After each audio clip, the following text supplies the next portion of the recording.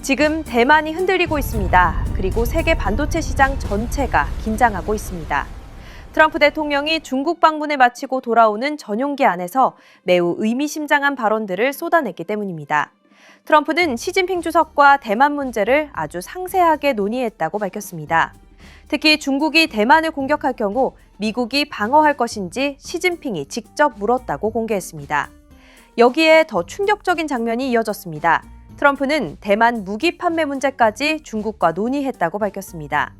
원래 미국은 1982년 이후 대만에 대한 무기 판매의 경우 중국과는 사전에 협의하지 않는다고 약속해왔습니다.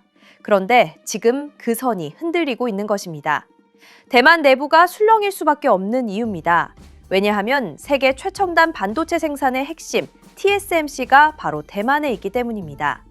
그리고 지금 시장에서는 이런 분석까지 나오기 시작했습니다. 트럼프가 결국 노리는 것은 TSMC를 중심으로 한 글로벌 반도체 공급망 전체 아니냐는 것입니다. 중국의 군사 압박, 미국의 전략 재편, 그리고 AI 패권 경쟁까지 겹치면서 세계는 지금 반도체를 중심으로 다시 움직이고 있습니다. 그런데 바로 그 순간 대한민국 경제가 예상 밖의 숫자를 기록했습니다. 한국은행 경제통계 시스템에 따르면 2026년 1분기 대한민국의 실질 GDP 성장률은 1.694%, 현재까지 속보치를 발표한 전 세계 주요 22개국 가운데 1위입니다. 16년 만입니다. 대한민국이 다시 세계 경제 성장률 정상에 올라선 것입니다. 중국보다 높았고 인도네시아보다 높았고 G7 전체보다도 높았습니다.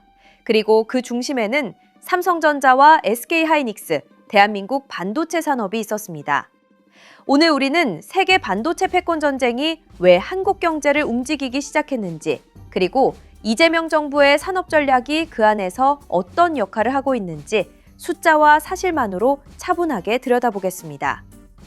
이번 성장의 중심에는 단 하나의 산업이 있었습니다. 바로 반도체입니다. 삼성전자의 올해 1분기 영업이익은 57조 원, SK하이닉스는 37조 원, 두 기업이 단 한 분기에 합산 94조 원의 이익을 기록했습니다. AI 시대가 본격적으로 열리면서 고성능 메모리 반도체 수요가 폭발적으로 증가했고 대한민국은 그 중심에 서게 됐습니다. 특히 HBM, 고대역폭 메모리 시장에서 한국 기업들이 사실상 세계 공급망을 주도하기 시작하면서 글로벌 AI 경쟁 자체가 한국 반도체 없이는 움직이기 어려운 구조가 만들어지고 있습니다. 실제로 이번 1분기 GDP 성장의 55%를 반도체 제조업이 단독으로 견인했습니다. 여기서 반드시 짚어야 할 질문이 있습니다. 이 성장은 기업만의 성과인가? 아니면 정부의 역할도 있었는가? 답은 둘 다입니다. 삼성과 하이닉스의 기술력은 하루아침에 만들어진 것이 아닙니다. 수십 년 동안 이어진 투자와 연구개발, 그리고 현장 노동자들의 경험과 숙련이 만든 결과입니다. 그러나 동시에 이재명 정부 역시 출범 직후부터 반도체를 국가 전략 산업으로 명확히 규정했습니다. 정부는 150조 원 규모의 국민 성장 펀드를 출범시켰고 올해만 반도체 산업에 4조 2천억 원 규모의 직접 지원 계획을 발표했습니다. 규제를 정비했고 세제 지원을 확대했고 반도체 인재 양성 체계도 국가 차원에서 다시 설계하기 시작했습니다. 기업이 엔진이라고 하면 국가는 그 엔진이 최대 출력으로 달릴 수가 있도록 활주로를 깔아준 것입니다. 특히 지금처럼 미국과 중국이 반도체 공급망을 놓고 정면 충돌하는 상황에서는 국가 차원의 산업 전략 자체가 기업 경쟁력의 일부가 되기 시작했습니다. 그리고 대한민국은 지금 그 흐름의 중심에 서 있습니다. 하지만 올해 초 대한민국 경제 상황은 결코 낙관적이지 않았습니다. 2025년 중반까지 한국 경제는 사실상 침체 국면에 가까웠습니다. 내수는 얼어붙었고 소비 심리는 무너졌고 4분기 연속 0%대 성장이라는 심각한 흐름이 이어지고 있었습니다. 특히 12.3 비상계엄 사태 이후 정치적 충격까지 겹치면서 시장 불안은 더욱 커졌습니다. 이런 상황에서 이재명 정부가 선택한 것은 결코 긴축이 아니었습니다. 투자였습니다. 이재명 대통령은 국무회의에서 이렇게 말했습니다. 지금은 돈이 안 돌아서 문제인 사회가 됐다. 투자를 통해 경제가 순환하게 하는 것이 정부의 역할이다. 그리고 그 발언은 실제 정책으로 이어졌습니다. 올해 정부 총지출은 역대 최대 규모인 800조 원. 여기에 중동전쟁 리스크와 글로벌 경기 둔화 가능성에 대응하기 위한 26조 2천억 원 규모 추가 경정 예산도 편성됐습니다. 투자의 방향도 명확했습니다. AI 산업에 6조 원, 반도체에 4조 2천억 원, 바이오와 백신 산업에 2조 3천억 원. 단순한 현금 살포가 아니라 미래 산업 경쟁력을 국가 차원에서 선점하겠다는 전략이었습니다. 그리고 시장은 빠르게 반응했습니다. 골드만삭스, JP모건 매커리 같은 글로벌 투자은행들이 일제히 한국 투자 의견을 상향 조정했습니다. 특히 골드만삭스는 한국이 정치 안정과 산업 정책 모멘텀을 통해 세계 경기 둔화 리스크를 상쇄할 수 있는 구조를 갖췄다고 평가했습니다. 국책연구기관 KDI 역시 올해 한국 성장률 전망치를 2.5%까지 상향 조정했습니다. 정부 목표였던 2.0%를 넘어설 가능성이 현실적으로 논의되기 시작한 것입니다. 그리고 바로 이 지점에서 세계가 다시 한국을 보기 시작했습니다. 대만이 지정학적 리스크에 흔들리고 TSMC 의존도가 지나치게 높다는 우려가 커지는 순간 한국 반도체 산업은 오히려 안정적인 대안 공급망으로 주목받기 시작한 것입니다. 이번 성장에서 또 하나 중요한 축은 수출입니다. 그리고 그 중심 가운데 하나가 바로 K방산입니다. 최근 몇 년 동안 한국 방산 산업은 세계 시장에서 빠르게 존재감을 키워왔습니다. 폴란드, 중동, 동남아시아를 중심으로 한국산 무기체계 수출 계약이 잇따라 성사됐고 한국은 이제 세계 주요 방산 공급국 가운데 하나로 올라서기 시작했습니다. 이번 1분기 GDP에서도 순수출은 1.1%포인트의 성장 기여도를 기록했습니다. 물론 이 수치 전체가 방산만의 성과는 아닙니다. 자동차와 반도체, 선박 수출까지 포함된 결과입니다. 하지만 방산 수출이 한국 경제에 실제로 의미 있는 기여를 하고 있다는 점 자체는 분명해졌습니다. 이재명 정부 역시 이를 국가 전략 산업으로 확대하기 시작했습니다.